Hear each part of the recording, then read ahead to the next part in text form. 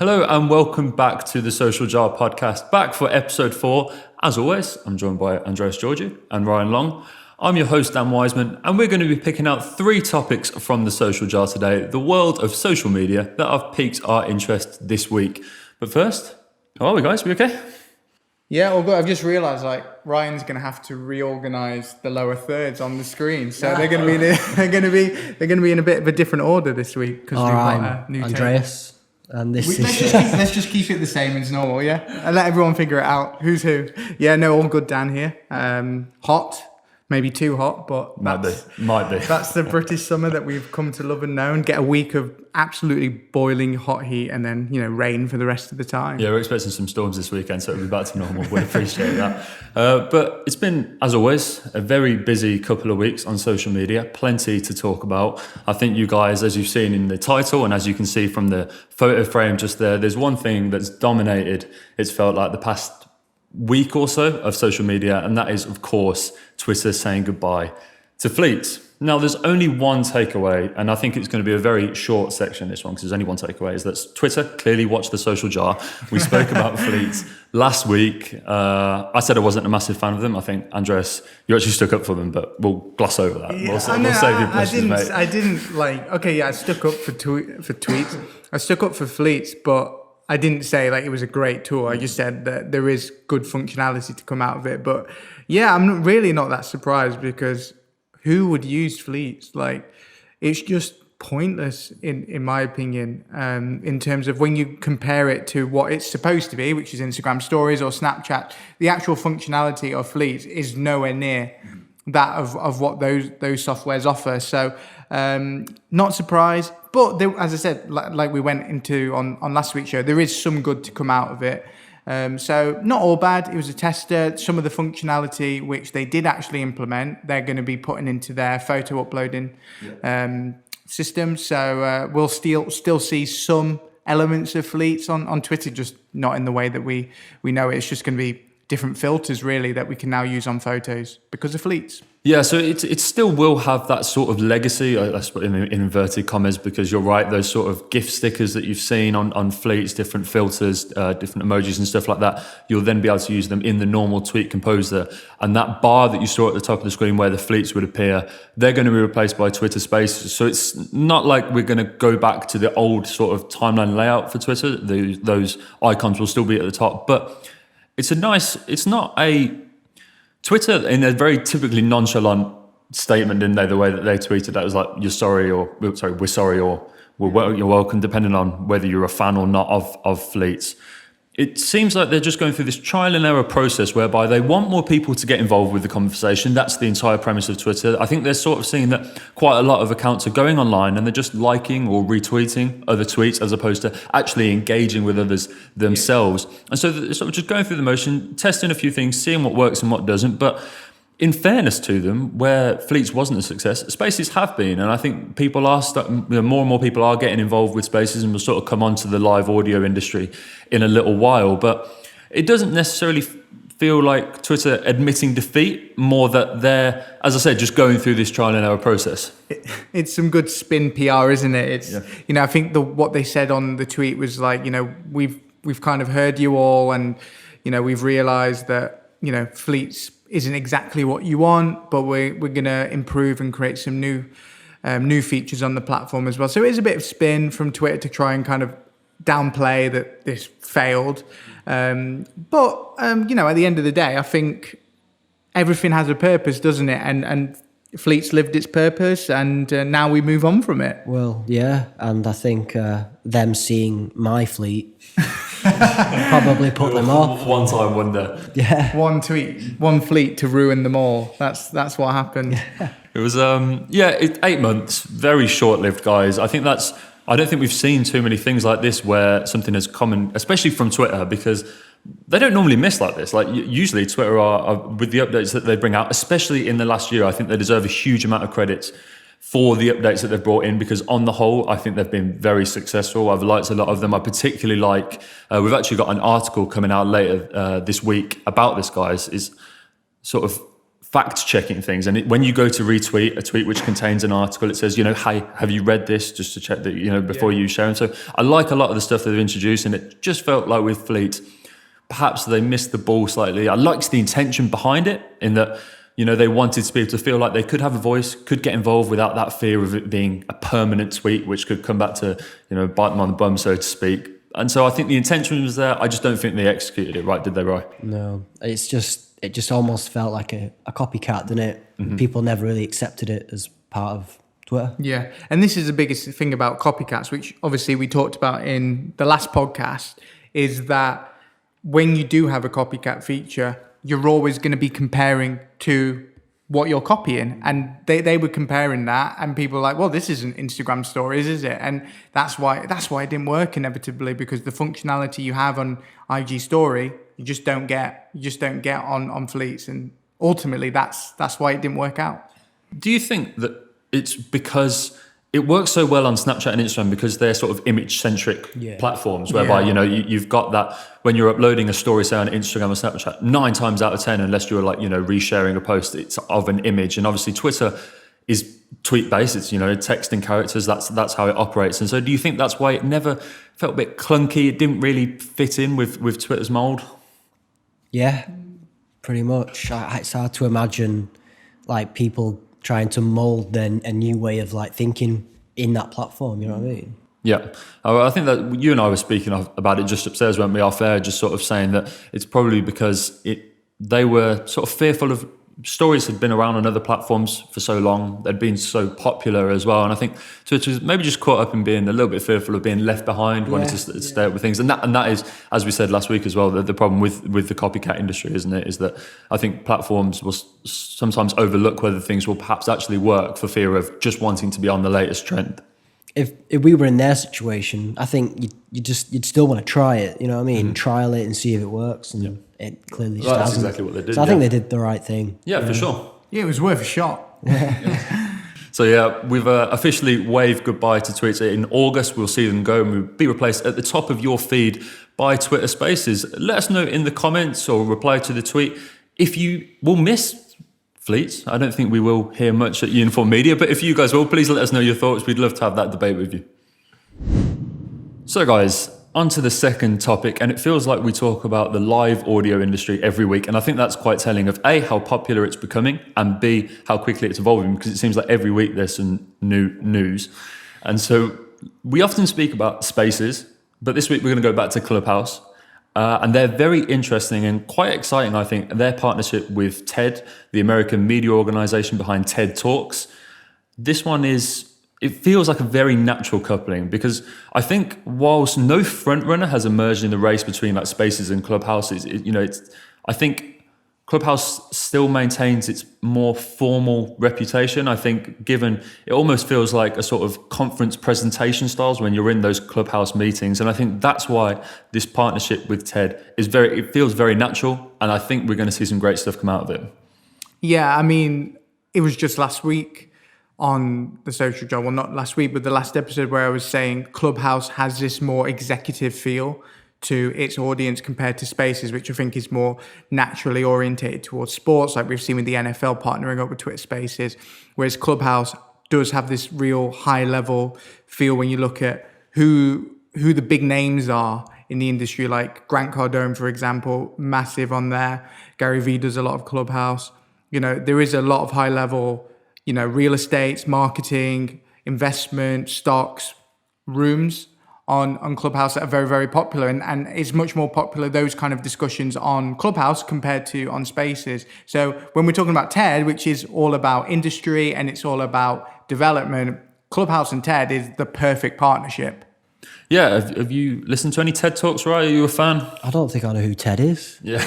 Isn't that movie with Mark Wahlberg? Yeah, it's that one with the talking teddy bear. Yeah, it's a very interesting, and so this is what I think people will get excited about. So if you look at the former speakers that have been involved with TED Talks, you've got the likes of David Cameron, Bill Gates, Stephen Hawking, Jeff Bezos, even Pope Francis has been on a TED Talk. So this is really exciting. You actually mentioned the NFL and their partnership with Twitter Spaces a second ago. Now this is interesting because the NFL were a partner of Clubhouse's. and they did a load of content on Clubhouse around draft day. And so Twitter have now stolen the NFL from right under Clubhouse's noses, and they're going to be producing exclusive content on Spaces throughout the upcoming NFL season, which is obviously massively exciting for us. And I'm really excited. I think we're all excited to see how that turns out. But could this race between Spaces and Clubhouse just come down to the talent involved on each platform? And I think whilst we're not seeing a lot of differentiation at the moment between the two, could it just be a matter of who's on each platform as to where the listeners will go? Well, I think first of all, Ryan, you're a big NFL fan, aren't you? What's your team? The Lions. The Lions. Yeah. Where are they from? What state? I'm not sure now. The Detroit You got the Lions, right? Yeah, Yeah, Detroit. Detroit You got Lions. the Lions, Where right? are they based then? Detroit. Tennessee. Oh, no. Well, Tennessee Lions. Yeah, close. yeah, it's kinda geographically, it's not far, just a few, 1,000 miles, but not far away. But yeah, no, I think that when we look at it and you say, yeah, they used to have this partnership with Clubhouse, the NFL did, and then they moved to Twitter. It's natural to move to Twitter because when you're talking about drafts and you're talking about sports, it's live. Twitter is the number one hub to discuss sports live.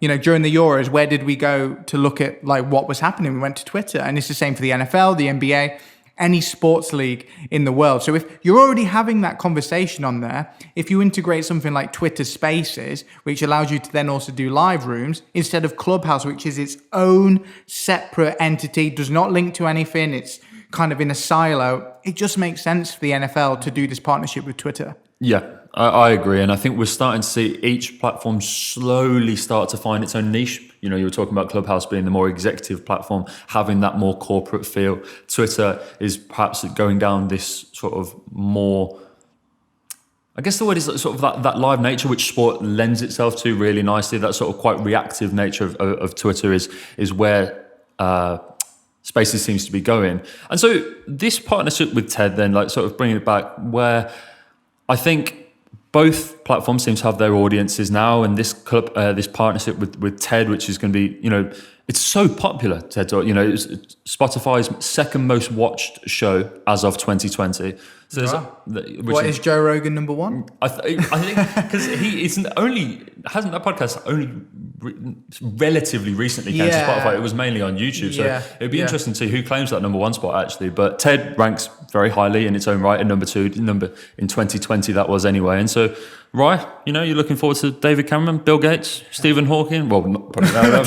Definitely not Stephen Hawking. Jeff Bezos probably Pope Francis has gone now as well. So you've got a fair few off that list. I feel like they're just the probably the best names for that. Like someone's cherry picked for that list. You'd probably get names or big characters that would be more suited to you.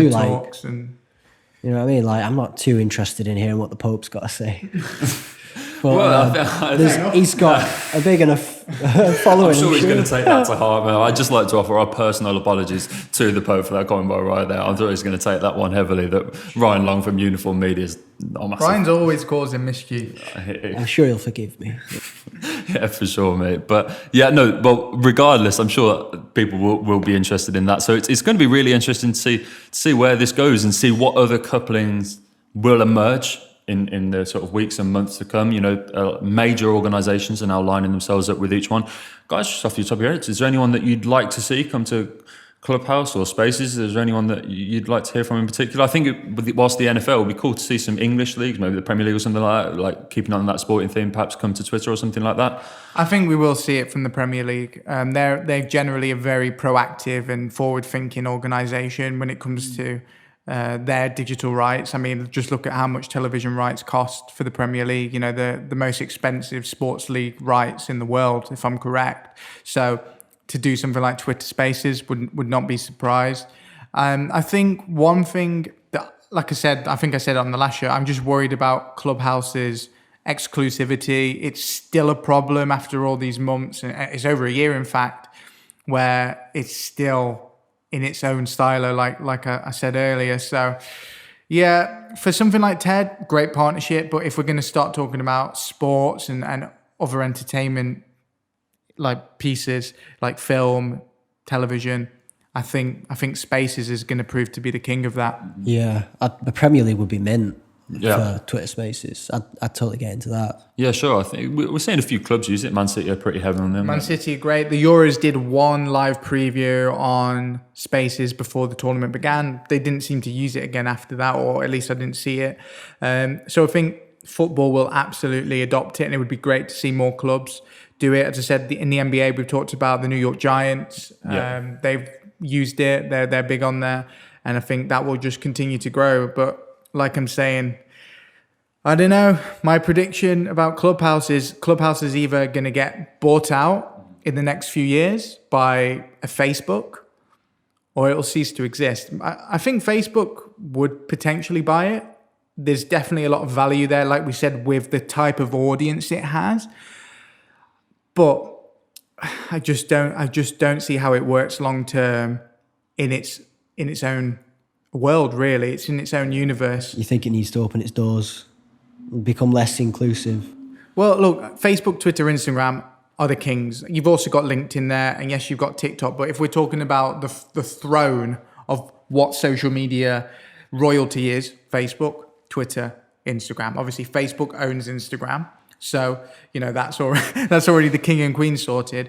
But, where does Clubhouse fit in this dichotomy? Because, if we're going to compare Clubhouse to TikTok, Clubhouse comes nowhere near TikTok in terms of audience base, and usability. So, it's just like Vine, a few years ago. Everybody thought Vine was this huge thing, which it was.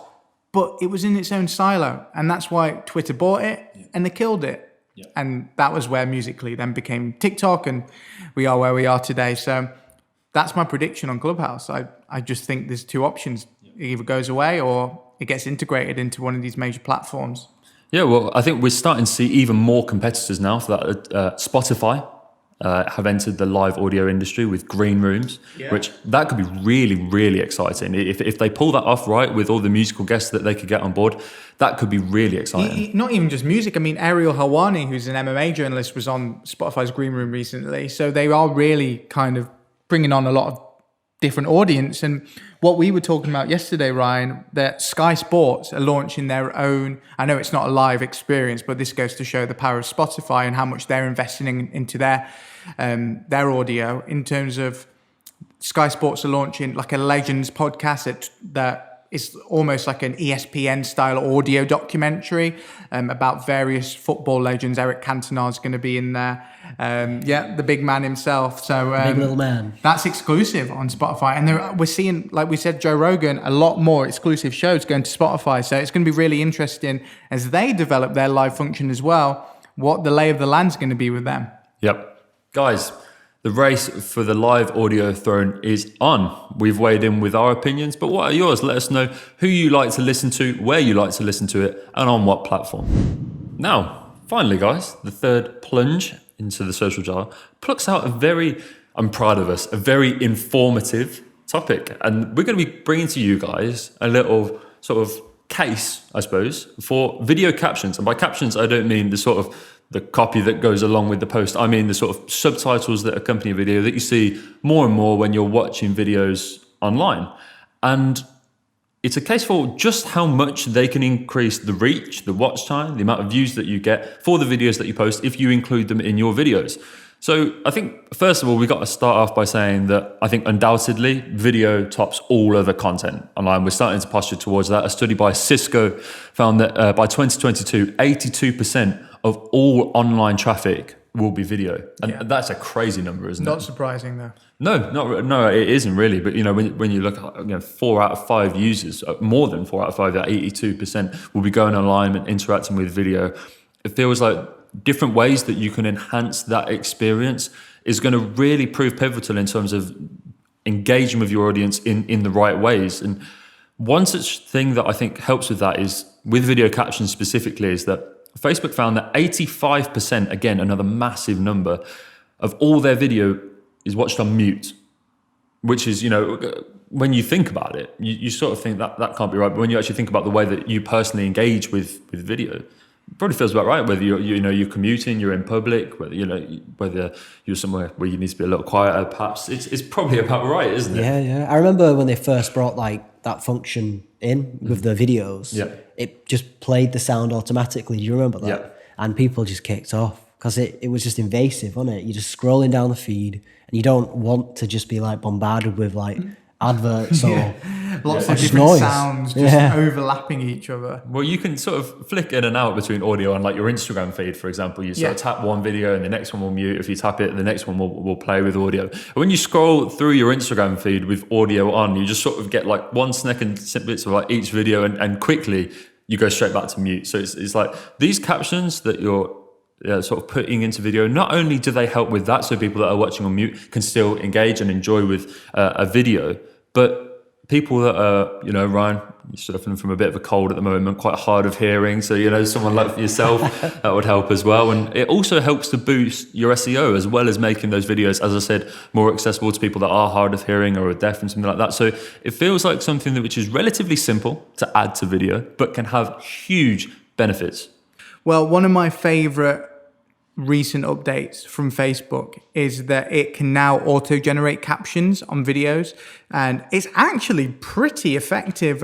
We've done it for a few videos and I've only had to make minimal changes, and it also allows you to export the SRT file, so you can then take that into Premiere and burn the captions on if you're uploading to something like Instagram. So absolutely great that feature's there, because we all know, sit there, write all the captions, that's a long and hard job to do that. Yeah. Even just for a 1 minute video, it's annoying, Yeah, for sure. And if you adding captions can boost watch time by 12%. 3Play Media actually went one better and found that there's a 40% increase in views for captioned videos.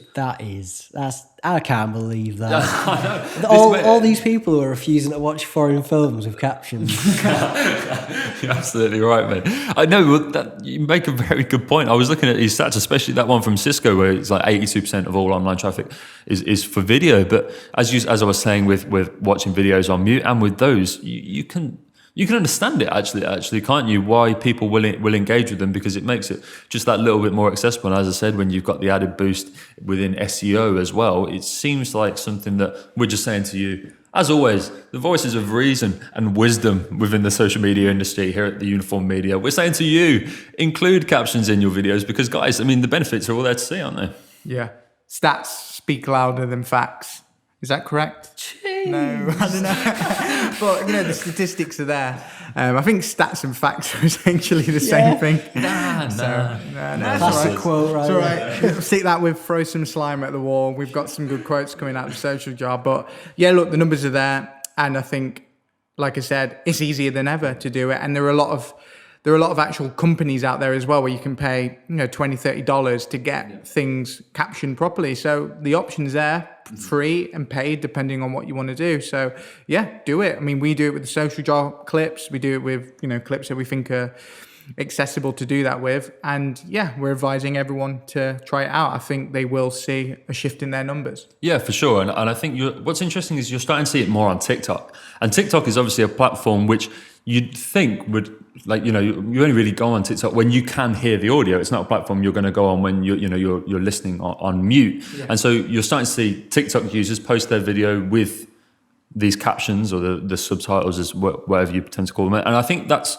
quite interesting, because as I said, it's a platform that you only really go on TikTok when you're by yourself, aren't you? It's when you've got a bit of free time. Unless you're me. Yeah, just whenever I'll go on it. And so, it's really interesting to see that this is starting to be picked up. It's something that we've noticed here at Uniform. We wanted to bring to you guys, as I said, voices of reason and wisdom. So that rounds it up, guys. That was the last dive into this fortnight's social jar. We'll be back in a couple of weeks, back and bigger than ever. We got this brand new table. Yeah. We've got a fantastic second angle as well. We might actually not be back in a few weeks, because me and you are going, of course. Well, as it stands, going to Bulgaria for one of our together. Going on holiday, yeah. It's just a romantic getaway, isn't it? Really? That was my invite. You just went on holiday. Come on, let us enjoy ourselves. No, obviously, our client IMAF at this moment in time are hosting the Youth World Championships in Bulgaria. Myself and Dan are going to be going out there to do coverage for the social media, and then I'm probably going to be quarantining. You may be quarantining as well. So I don't know when we'll next see each other again